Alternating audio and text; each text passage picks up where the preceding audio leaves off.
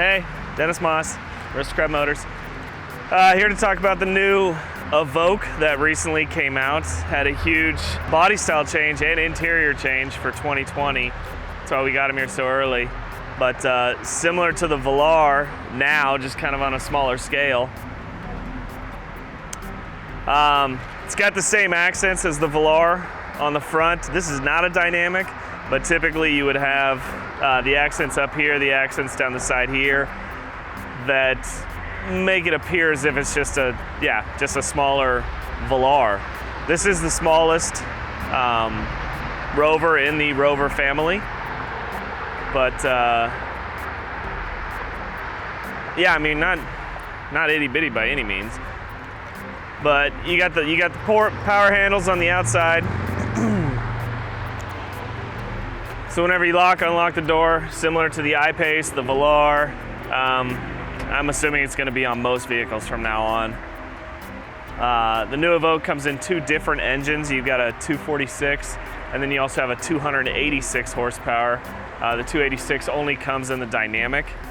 So with the dynamic, you're going to get all the accents, but the dynamic's also going to have everything blacked out. You got the upgraded rims, upgraded stereo, some more safety features standard, and you get the bigger engine. They're both going to be 4-cylinder, turbocharged. Only difference is the dynamic's going to have about 40 more horsepower. So a little more pep. The Rover is actually building the 4-cylinder engines now, as opposed to previously. Not a whole lot of turbo lag anymore. It just kind of goes, which is awesome because the old Evoques, I think it was 17 was the last year, they had a little bit of a hesitation when you would first hit the gas, and it's called turbo lag, and it typically happens on 4 cylinders. Not the case in these new ones. So, but yeah, we'll get on the inside and kind of show you what's going on in there. The new Evoque has taken kind of where the Velar started. So the Velar is the first one, Rover iteration, that incorporated all these touchscreens, all the customizable screens, built-in heads-up. So the display here, the driver display, completely customizable. You can go in there and you can put everything from your map in there.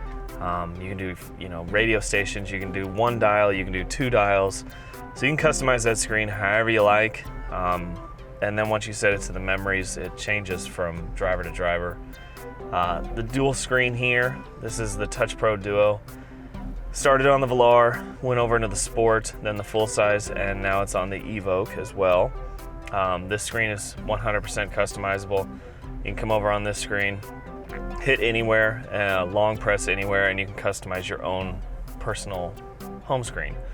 But this is the whole new setup. Rovers now come standard with Apple CarPlay, Android Auto. It was a feature that wasn't in Rovers and Jags for the longest time for some reason. But so these screens are going to be pretty standard across Rover and Jag. They all look about the same. The screen down here, there's 2 different variations to this one. There's the touch screen, and then there's another one that has physical buttons everywhere. I wish we had one of those in stock because I could show you the differences. But with the touch screen, you've got your climate button here. This is going to control everything from temperature. Push this little guy in, control the temperature on this side. Push it in again. You can control the heated and cooled seats. Hit this little guy, and this is going to control the intensity of the fan. You've got another button there that's going to go just to the seats. So, yeah, you can turn that on. That's heated seats are pretty much standard in all the cars that we build, but there is a cooled seat option in some of the more pricier ones. Vehicle options here. This is just going to be different engine, different transmissions. So you get everything from Eco. You're going to get a little more gas mileage, but you're going to sacrifice on some of the power. Typically, we keep it in comfort because with Rovers and Jags, the all-wheel drive is it's constantly guessing. It's constantly updating itself. So if it feels that this tire's slipping, the other 3 are going to compensate So we always keep it in comfort, but you have other ones: rain, sleet, snow, grass, gravel, mud, ruts. Not a lot of people are doing off-roading in their Evokes, but in some of the bigger Rovers, these do come in handy. You also have over here your speed limiter, which works hand in hand with your cruise control. And then the 4x4 mode, which it's low traction launch. It'll display up in your driver's display your tires and where they're going. But again, not a lot of people are off-roading in their Range Rover Evoque. They did incorporate this little shifter here. The Evoque used to have a little turn dial. They incorporated the Range Rover Sport shifter. It's also in a couple other ones, the E-Pace, the F-Type. I'm pretty sure most of them are going to be going to this because it's just extremely easy to maneuver, and every car company from BMW to Jag and Rover, they're all going to these sport shifters. You've got your little buttons up here. Again, this is going to be a standard in Rover and Jag.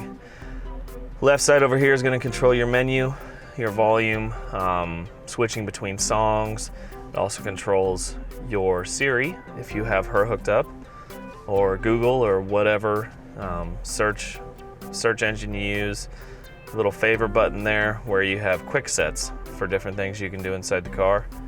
Answer, hang up your phone. Over here, just like every other car, is going to be your cruise control. Got your heated steering wheel here. This is your lane keeping assist. So what that is literally it'll keep you inside your lanes. It's essentially almost like self-driving. The little arrows on the left and right, if it is on the vehicle, which it is on this one, is going to be your adjustable cruise. The adjustable cruise, when used hand in hand with the lane keep, it is essentially self-driving, because not only is it going off the car in front of you, but it's keeping you between your lanes, and it's just a bunch of safety features. Rover's just trying to keep essentially people's eyes where they need to be on the road, and not down here looking at other little things.